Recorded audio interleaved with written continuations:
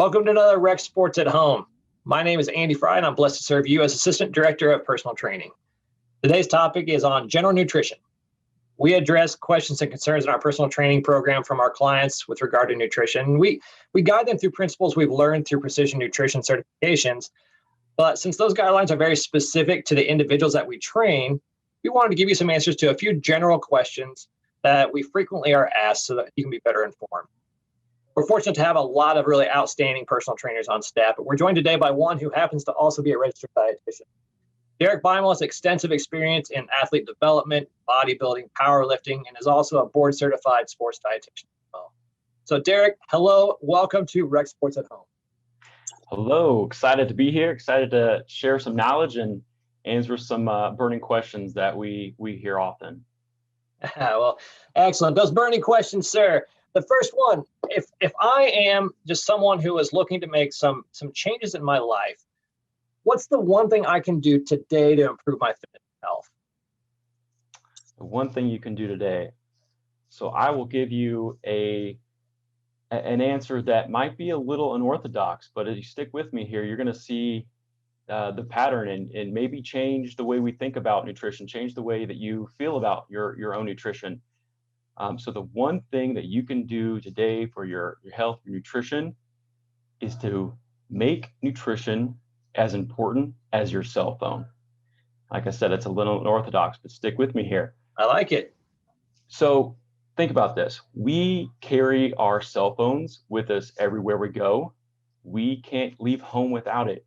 And when we forget it at home or when we don't have access to our cell phones, it just feels weird, right? So we have made cell phones essential in our life. They're so essential that they're even with us when we sleep. At any given moment, a cell phone is typically only an arm's reach away for most of us, right? Because we use it as what?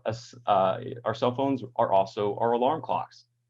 So really that means the first thing we do in the morning is grab our cell phone. And from there, we start checking our emails, we start checking socials, see what the weather is, what's going on in the world. We start our days with cell phones.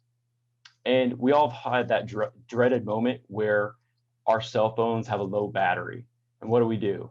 We frantically have to find the cord, we have to get to an outlet, we have to plug it in and recharge it. And if it drops below 10%, really, we start to go into a crisis mode. Sure. And if you forget your cord, then you start asking everyone around you, people you don't even know, hey, can I borrow your cord? Or if you can't find anyone who has the same charger as you, you start to think about all the spots around campus or around town where they have those universal cords so that you can plug up.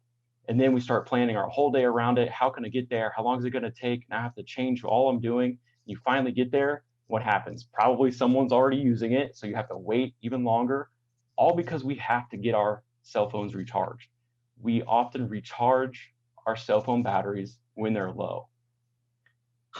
So now this is I've never really looked at it from this perspective. I'm glad we're having this conversation. Maybe I'll be learning a few things today while we're having a conversation as well.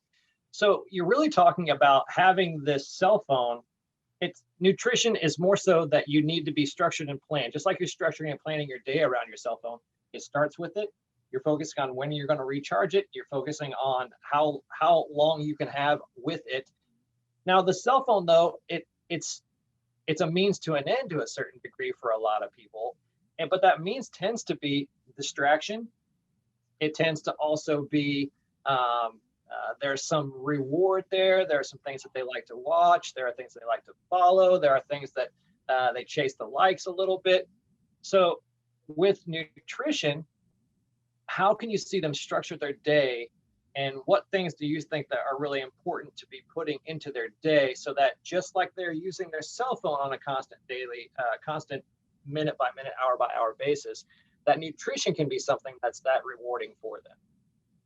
Yeah, so using the big three things I talked about, really replacing the word cell phone with nutrition is what I propose for that. So the first thing I said is that we perceive cell phones as essential. So take out cell phones, we perceive nutrition as essential.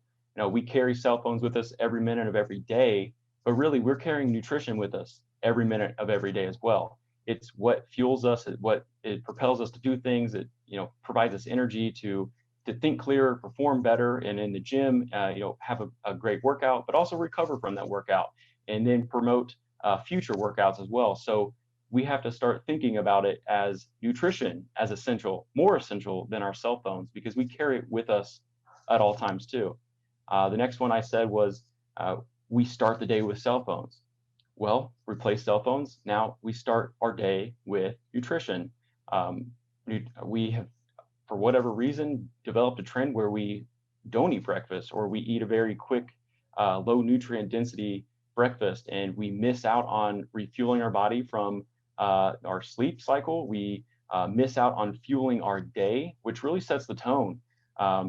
If you are having a big workout later that day, or plan to have a really busy day, and you can't get to food later until much later in the day, there's several hours, a big gap that goes by without fueling your body and giving it what it needs to function at a very good level, a very high level. And then the recharging is probably my favorite one. And I end with that one intentionally because I think it's the biggest point to drive home. We don't ever let our batteries get below 10%. That's just crazy talk.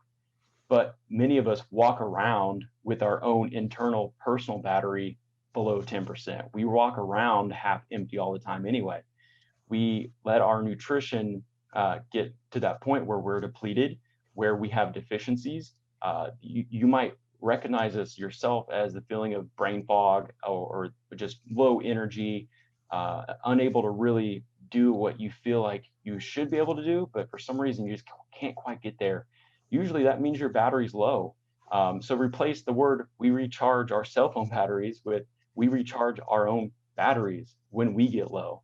So it's really just about fueling our body with everything it needs and giving it what it needs to function optimally, and thinking about it in a way that we think about cell phones, but we treat nutrition just as important, if not more so, than we treat our cell phones.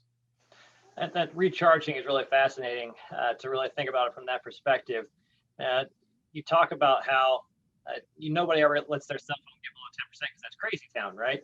Nobody wants to do that. But at times it does happen where our cell phones get below 10% and we get that red bar saying critically low, and all of a sudden we're in dire straits. But when that happens to us nutritionally, we're not necessarily fully aware of it until it's way too late, just like with our cell phone. If our cell phone gets to 5%, we know we just need to turn it off because it's about to get dead. But we can't do that to ourselves. So what are some cues that we can be doing, or what are some practical applications that we can be doing in the middle of our day so that we don't get to critically low? Yeah, great question. And there's a lot of parts to that. Listening to your body is always a good idea. If you know that you don't feel great, you don't feel very good, maybe you haven't eaten well, you haven't eaten at all, you probably are going to feel that in your body. You're not going to feel like you have a lot of energy. You're not going to feel as strong or as fast, or you're really just not going to feel as what your normal is. You're going to feel a little bit off. So first thing we can do is just recognize that. And one of the ideas that I talk about with any of my clients pretty broadly is the idea of a stoplight system. We have a green light day where we feel really good. We can recognize that we have everything we need, and we feel fast, we feel strong, we feel like we can think well. Those are green light days. Those days are probably when you are fueled really well. Other times we're at a yellow light day where you're feeling like not the best. Maybe you need to slow down a little bit. And that could be that you just haven't eaten well. You ate decent, but you could do a little more. Those are days where you might not push as hard or go as heavy in the gym. And then there's red light days when you just feel completely beat up. You didn't eat well. You haven't hydrated. You get winded just walking up the stairs when normally you're never winded. Those type of days when you're just completely depleted and just you feel like you've been run over by a truck. Sure. Those are the days you listen to your body and say, this is a red light day. I need to stop. And that's where the recharging idea comes in. When you're on those red light days or yellow days, it's starting to tell you that your battery's getting, kind of low, or maybe too low, and you might need to shut down for that day. And that's okay, because nutrition and fitness and health it's not a one-day plan. It's a long game. It's a long-term plan. We're talking about today, tomorrow, but the future, next month, the next year, the next 10 years. This one workout probably isn't going to matter in the next 10 years, but refueling your body so that you can have better workouts next week, next month will cumulatively add up to so much more than continually running yourself down into a hole or depleting your battery in this case. So first thing to answer your question is really just recognizing your internal needs and just identifying how you really feel that day and asking yourself, did I fuel properly, or do I need to go recharge my battery? Yeah, it seems like what you're saying is that most people know the general principles that they should be doing. They should be eating something in the beginning of their day. And generally speaking, people also have a pretty good idea of what should and shouldn't be eating. They should be getting good sleep. They know that they need sleep. They know that they need to be drinking water. And what you're actually doing is you're really focusing with your clients on the intentionality behind it. So being intentional about doing those things and also recognizing when you have it so that you can then make better decisions moving forward for your fitness. Well, Derek, that is outstanding. And I really do appreciate you helping us think outside the box with something that is just so regular and at the forefront of our mind. So really excellent job and well done. And for those of you out there that are Rec Sports at Home regulars, pay attention. We'll have more videos coming soon. Our next question with Derek is when we do our next video is going to be low carb and sports and fitness, and whether or not low carb diet is going to be beneficial to someone's actual performance. So Derek, once again, thank you for all your work and prep and preparing for this, and really look forward to our next conversation as well. Thank you. Thank you for having me, and I look forward to our next conversation as well. All right. Thanks, everybody. If you would like, put a comment down at the bottom. Let us know what you'd like to talk about next. We'll take a look at those, and we'll use that and incorporate them in our next videos. Thanks, everybody, and continue to be well.